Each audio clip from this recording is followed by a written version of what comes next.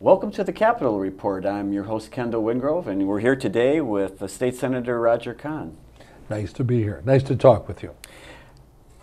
Obviously, the issue that's really on everyone's mind and has been for quite some time here in Michigan is the state budget. Sure. The fiscal year has come to an end. Michigan runs on a fiscal year that begins on October 1st. Generally. And then we had the continuation budget. How would you describe how the budget drama played itself out as the Sure. continuation budget came to an end as well? Sure. Well, as we were going through the budget process and the end of September, it was clear that we weren't going to be able to come to agreement between the House and the Senate, and that led to the generation of continuation budgets.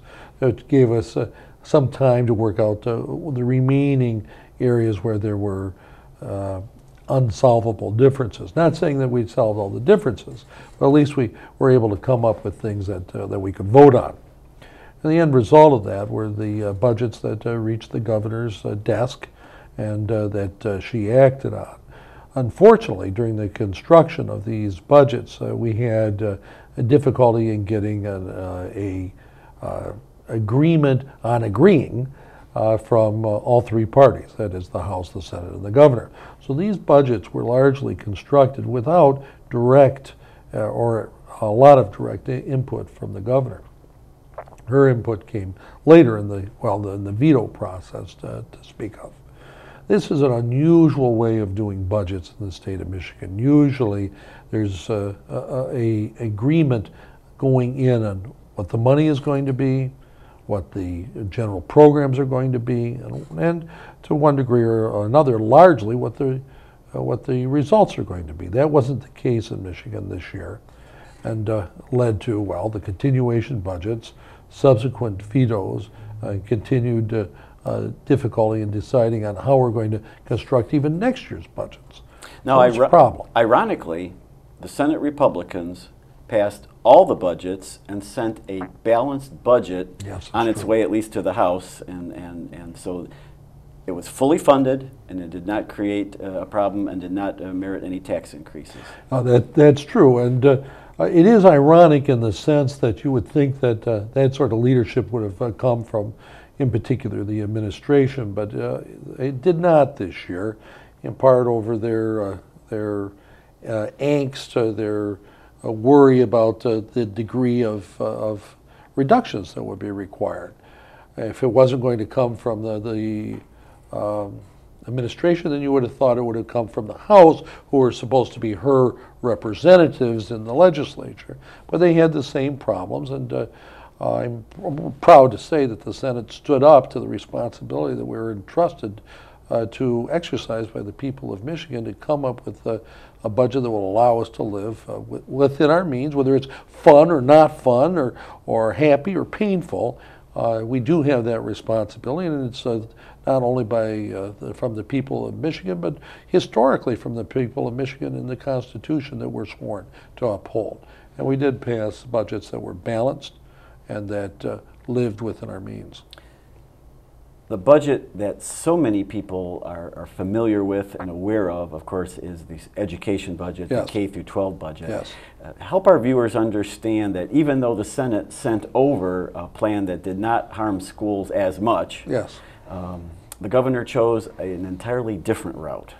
Well, what occurred with the K-12 budget, and I was involved in that, going back and forth late one evening, trying to find some way to get this done early, or earlier, was a competing vision of how that budget might be constructed between the House and the Senate, based in part on the meltdown in Michigan revenues that occurred over about a 6-month period of time.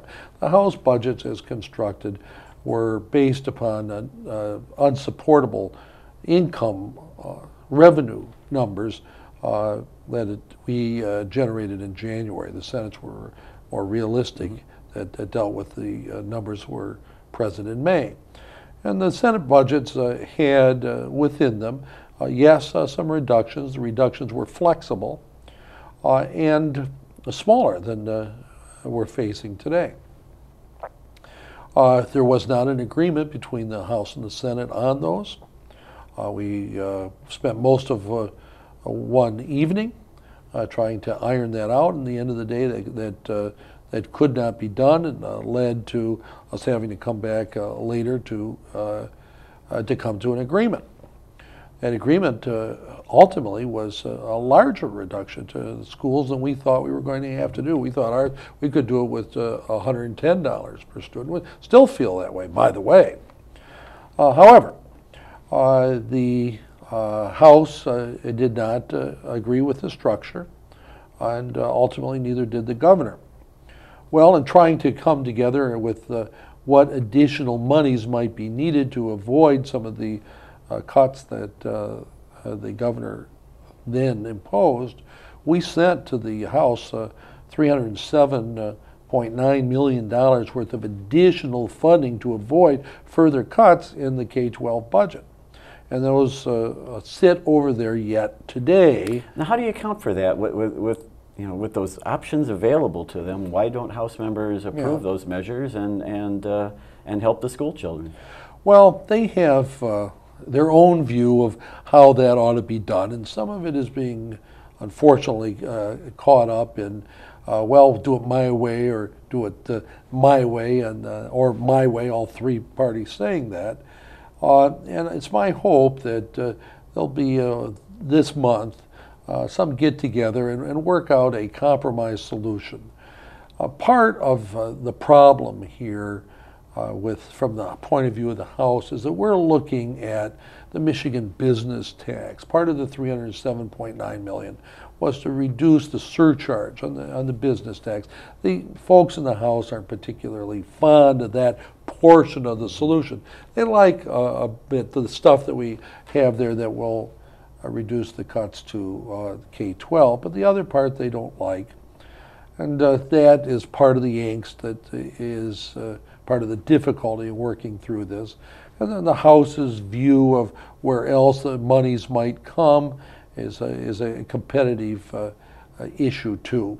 One dramatic difference between the Senate viewpoint on things and the House viewpoint is the federal stimulus money. Yes. And the Senate very wisely is trying to save some of that stimulus money for the next fiscal year, yes, which by all projections is going to be an enormously difficult, most people project going to be even more difficult than the one we've just come through. Yeah, the House is more open to spending that money now and letting the future kind of decide itself later on how they're going to try to do that.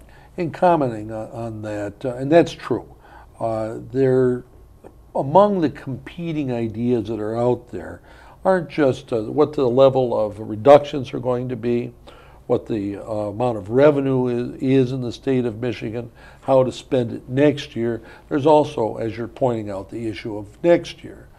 The federal stimulus dollars have been provided to the state of Michigan for 9 quarters. Well, a little bit more than 2 years. Much of that money has been used up in fixing the 2009 budget. More of that money is going to be spent in the 2009-10 budget, which brings us to the 2011 budget, which, by the way, we're just starting to work on now. And in the absence of squirreling away some revenue, some dollars for 2011, we're going to just be falling off a cliff that year with budget reductions that will be, well, frankly, draconian. And to that point, the governor is circulating right now a request for departments to come up with 20% budget cuts for the upcoming year. That can be reduced by saving some of the federal stimulus dollars. If we're going to choose a method for working through the current cuts that I'm hoping will get done in September or in December. If we're going to choose a way of working through that which uses whatever seed money we've got left, then that problem in 2011 will be all that much worse. And that's very worrisome. And that is one of the competing views that differentiate the House and the Senate and the governor.